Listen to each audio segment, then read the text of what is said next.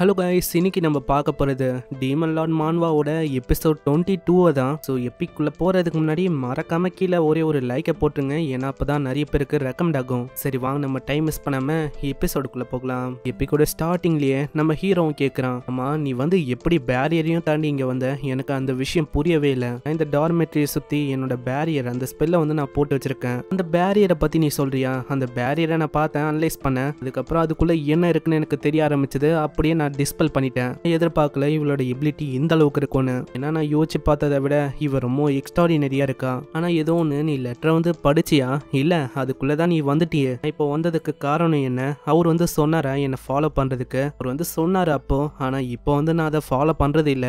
வந்து அதுக்கு என்ன நம்பரையோ இல்லையோ, அதுதான் உண்மையே. அதை பத்தி உனக்கு நல்லாவே தெரியும். நான் அவ்வளோ சீக்கிரத்துல யாரையுமே நம்ப மாட்டேன். முக்கியமா என்கிட்ட நெருங்குறவங்கள. என்கிட்ட என்ன ஆர்டர் கொடுத்தாருன்னா, இப்போ ரீசெண்டா நடக்கிற இந்த விஷயம், இதெல்லாம் ஏன் நடக்குது, இதெல்லாம் யாரு பண்றா, இது எதுவுமே எங்களுக்கு தெரியல. எனக்கு கொஞ்ச நாளுக்கு அப்புறம் தான் தெரிய வந்தது, இதுக்கு பின்னாடி இருக்கிறது நீ தான். சரி, இப்போ உனக்கு வந்து தெரியும், அதுக்குன்னு நீ வந்து ரிப்போர்ட் பண்ண போறியா? இல்ல அப்படிலாம் ஒன்றும் இல்ல. உனக்கு தான் நான் நன்றி சொல்லணும். ஏன்னா உன்னாலதான் என்னோட லைஃபோட ஸ்பேன் வந்து அதிகமாயிருக்கு. என்னோட பாடி அது வந்து இன்னமும் மோசமாயினே தான் போச்சு. இப்போ நீ பண்ண வேலையால என்னால ஒரு 3 வருஷத்துக்கு உயிரோட இருக்க முடியும். அதுக்கு நன்றி சொல்லணும்னா உனக்கு தான் நான் சொல்லணும். ஆனா ஏதோ ஒன்று, எனக்கும் கிட்ட இருந்து ஒரு ஹெல்ப் வேணும். இப்படி கேட்கறாளா? அங்க ஹீரோக்கு ஏதோ ஒரு விஷயம் புரிஞ்சு போயிடுது. அதனால அவன் அப்படியே போக ஆரம்பிக்கிறான். எனக்கு வந்து இப்ப டைம் ஆகுது, நான் வந்து இங்கிலேருந்து போகணும். அங்க லூனாவும் சொல்றா, சரி நான் உன்ன அப்புறமா சந்திக்கிறேன். அங்க கேளனும் போற வழியிலே கேக்குது, மாஸ்டர் நீங்க அவளை இந்த மாதிரி நிலைமையில விட்டு போறது சரிதானா? இல்ல, இப்போ நீ நல்லா கவனிச்சன்னு வச்சுக்கேன், இல்ல கேரம் கிங்டமோட ஆளுங்க எல்லாருமே இருக்காங்க. சோ நான் வந்து இதுல இன்வால்வ் ஆக விரும்பல.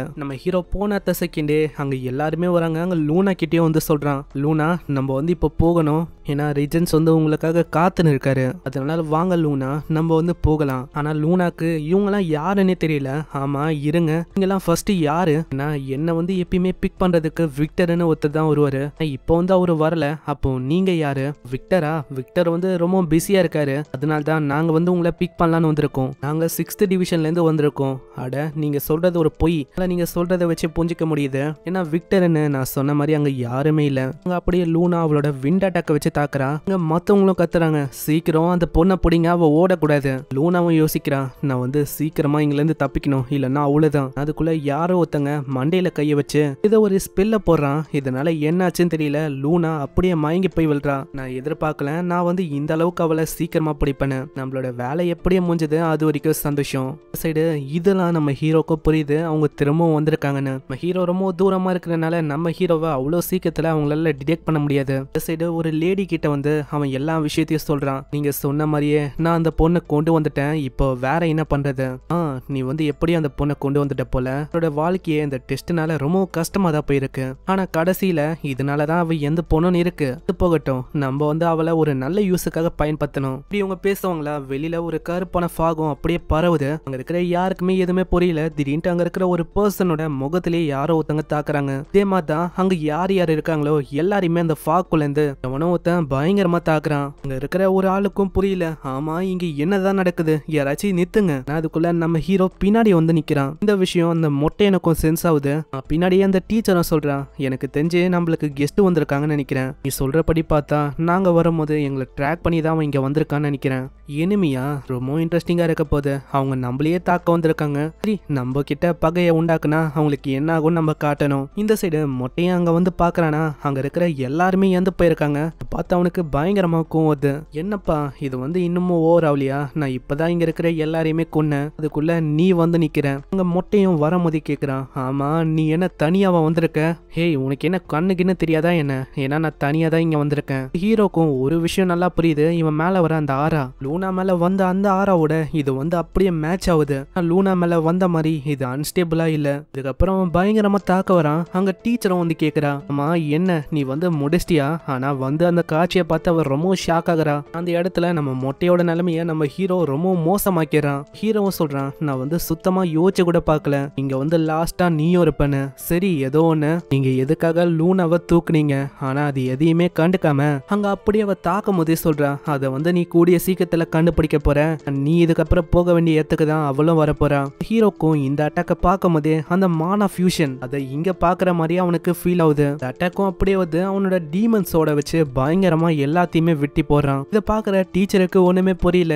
எப்படி இவனால அந்த விரமா ஒரு டேகரை வச்சு ரிஃப்ளெக்ட் பண்ண முடியுது எல்லா அட்டாக்கையும். இப்படி யோசிக்கும் போதே மூஞ்சி கிட்ட வந்து ஒரு தாக்குறான். ஜஸ்ட் மிஸ்ல தப்பிக்கிறா. நான் வந்து இவனை விட்டு வைக்க கூடாது, அதனால நான் இப்பயே இவனை கொன்னாதான், இல்லைன்னா ரொம்ப கஷ்டமாயிடும் எனக்கு. இதுக்குள்ளேயே ஒரு வாய்ஸும் வந்து, என்னம்மா கண்ணு இதுக்கு ரொம்ப அவசரப்படுறீங்க, ஏன்னா நான் இன்னமும் பின்னாடி இருக்கேன். இது வேற யாரும் இல்ல, நம்ம கேளன் தான். டீச்சருக்கும் இப்பதான் ஒரு விஷயமே புரியுது. ஏன்னா இந்த பையன் இவன் ஒன்னும் தனியா இங்க வரல.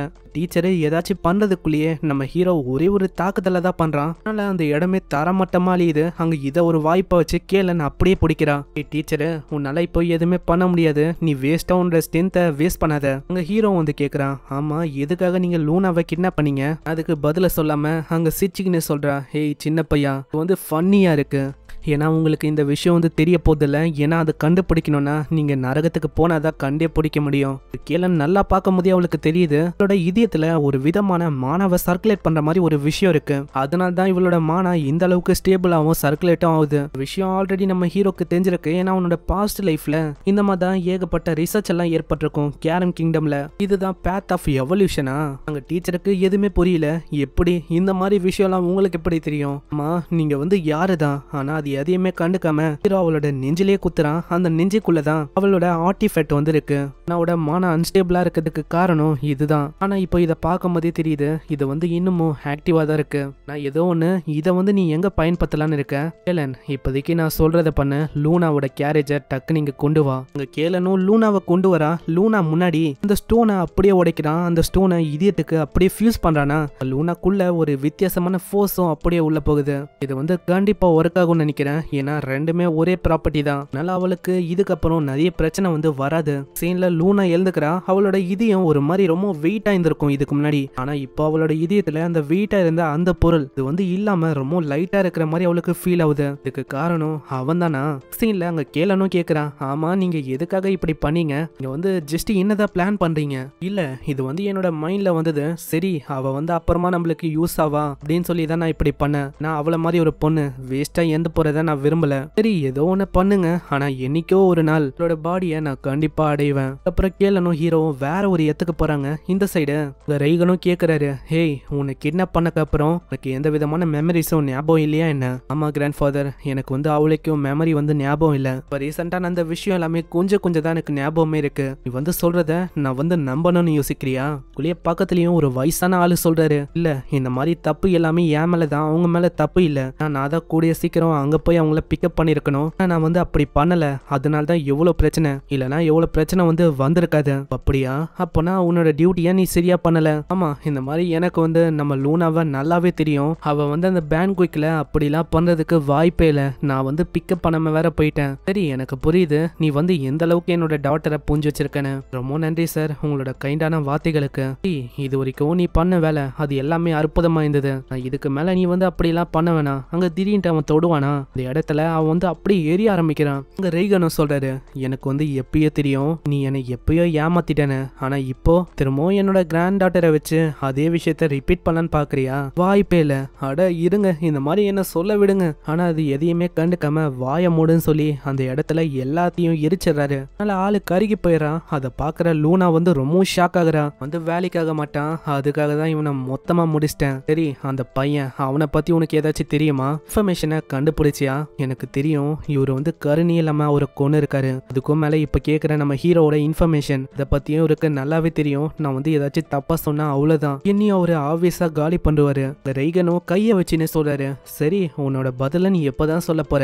இதே கைய வச்சுதான் அவனை அப்படியே எரிச்சு ஒண்ணுமே இல்லாம ஆக்குனேன். சோ சொல்றியா இல்ல நான் வேற ஏதாச்சும் பண்ணட்டுமா? இப்படி ஒரு சொல்றதோட இங்கே இந்த எபிசோட முடியுது. இவர் யாரு? இவர் எதுக்காக நம்ம ஹீரோ பின்னாடி இருக்காரு? இந்த விஷயம்லாம் நம்மளுக்கு போக போக தான் தெரியும். ஸோ மறக்காம சப்ஸ்கிரைப் பண்ணிக்கோங்க. ஏன்னா அப்பதான் இதுக்கப்புறம் வர எல்லா எபிசோடும் உங்களை தேடி வரும். அதே மாதிரி லைக்கை இது வரைக்கும் நீங்க போடலையா? ஒன்றும் பிரச்சனை இல்லை, லைக் ஒண்டி போட்டுருங்க. ஏன்னா அப்பதான் இதுக்கப்புறம் வர எல்லா வீடியோவும் உங்களை தேடி வரும். நான் உங்களை நெக்ஸ்ட் எபிசோட்ல சந்திக்கிறேன். தேங்க்யூ ஃபார் வாட்சிங். சேனரா.